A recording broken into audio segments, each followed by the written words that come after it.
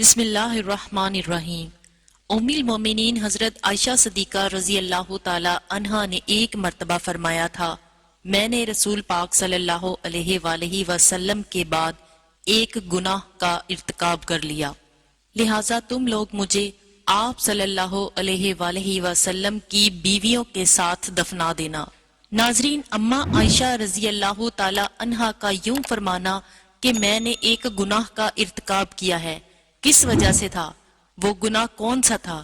جس کی طرف آپ نے آخری عمر میں اشارہ فرمایا تھا؟ اس کی تفصیل ہم آج کی ویڈیو میں بیان کریں گے، لیکن اس سے پہلے یہ بیان کرنا ضروری ہے کہ جب سیدہ عائشہ رضی اللہ تعالی عنہا کا وقت وصال قریب آیا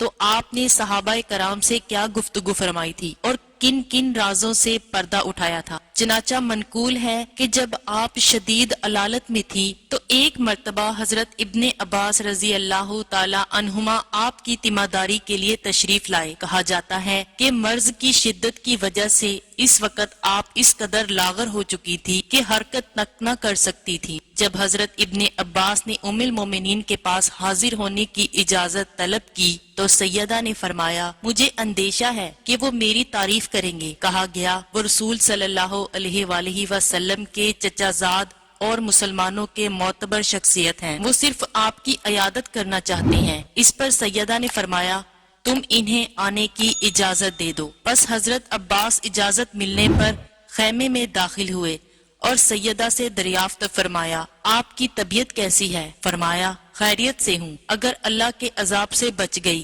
اس پر حضرت سیدنا ابن عباس نے عرض کیا، اگر اللہ نے چاہا تو آپ بھلائی پر ہیں، رسول صلی اللہ علیہ وآلہ وسلم کی زوجہ ہیں، آپ کے علاوہ رسول اللہ نے کسی کنواری سے شادی نہیں کی اور آسمان سے آپ کی برات نازل ہوئی ہے۔ ایک اور روایت کے الفاظ کچھ یوں ہیں کہ حضرت عائشہ فرماتی ہیں، ابن عباس میرے پاس آئے اور میری تعریف کی اور میں چاہتی ہوں کہ میں بھولی بصری بن جاؤں۔ اس طرح ایک روایت میں ہے کہ ام المومنین حضرت عائشہ جب مرض الموت میں تھیں تو حضرت سیدنا ابن عباس ان کی عیادت کے لیے تشریف لائے اور اجازت طلب کرنے لگے، مگر اماں عائشہ نے انہیں اجازت دینے سے انکار کر دیا۔ وہ اصرار کرتے رہے حتیٰ کہ سیدہ عائشہ نے انہیں اجازت دے دی۔ روایت کے الفاظ ہیں کہ حضرت ابن عباس نے ام المومنین حضرت عائشہ کو یہ فرماتے سنا، میں آگ سے اللہ کی پناہ چاہتی ہوں۔ اس پر حضرت ابن عباس نے عرض کیا، اے ام المومنین، بے شک اللہ عز و جل نے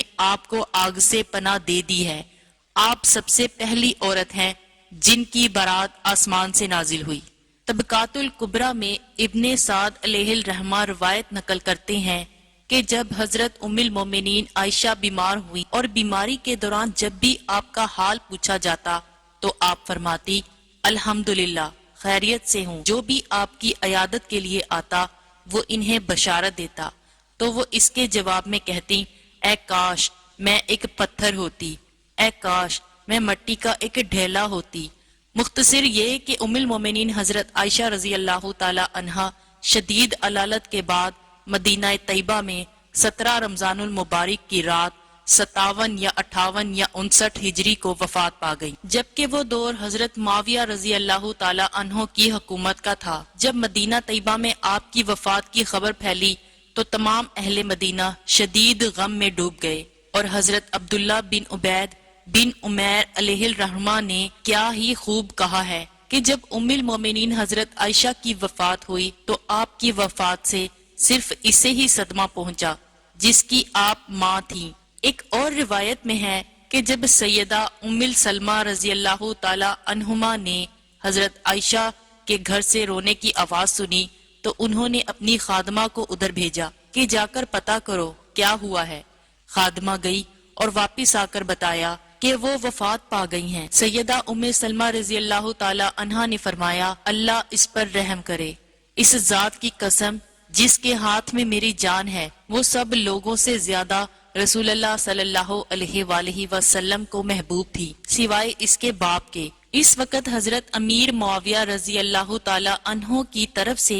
مروان بن حکم مدینہ طیبہ پر گورنر تھا، لیکن وہ حج پر گیا ہوا تھا اور اپنا نائب حضرت ابو ہریرہ رضی اللہ تعالی عنہ کو مقرر کر گیا تھا۔ اس وجہ سے حضرت ابو ہریرہ رضی اللہ تعالی عنہ نے ام المومنین حضرت عائشہ کی نماز جنازہ پڑھائی اور نماز عشاء کے بعد اندھیری رات میں آپ کو جنت البقیع قبرستان میں دفن کر دیا گیا۔ منقول ہے کہ ام المومنین حضرت عائشہ کے جنازے پر اس رات اس قدر زیادہ تعداد میں لوگ دکھائی دیے کہ اس سے پہلے کسی رات لوگ اتنی بڑی تعداد میں کبھی اکٹھے نہ ہوئے تھے۔ ناظرین، مستند کتب سیر میں ہے کہ جب ام المومنین حضرت عائشہ رضی اللہ تعالی عنہا آخری عمر میں پہنچی تو آپ طویل عرصہ تک بیمار رہیں۔ یعنی اس سے ان لوگوں کا بھی رد ہوتا ہے جو یہ خیال رکھتے ہیں کہ آپ کی موت طبی نہیں تھی بلکہ آپ کو قتل کیا گیا تھا۔ اس قتل میں حضرت امیر معاویہ رضی اللہ تعالی عنہ ملوث تھے۔ حالانکہ مستند کتب سیر میں ایسی کوئی روایت نہیں ملتی جس سے یہ ثابت ہوتا ہو کہ آپ کی وفات طبی نہیں ہوئی تھی بلکہ آپ کو قتل کیا گیا تھا۔ منقول ہے کہ جب آپ کی بیماری نے طول پکڑا اور آپ کو یقین ہو گیا کہ یہ مرض الموت ہے اور اب کوچ کا مرحلہ آنے والا ہے تو آپ نہایت عاجزی اور انکساری سے یہ فرمایا کرتی تھی کہ میں نے رسول اللہ صلی اللہ علیہ وآلہ وسلم کے بعد ایک گناہ کا ارتکاب کر لیا، لہٰذا تم لوگ مجھے آپ صلی اللہ علیہ وآلہ وسلم کی بیویوں کے ساتھ ہی دفنا دینا۔ علماء کرام فرماتے ہیں کہ اس گناہ سے آپ کی مراد جنگ جمل میں شرکت تھی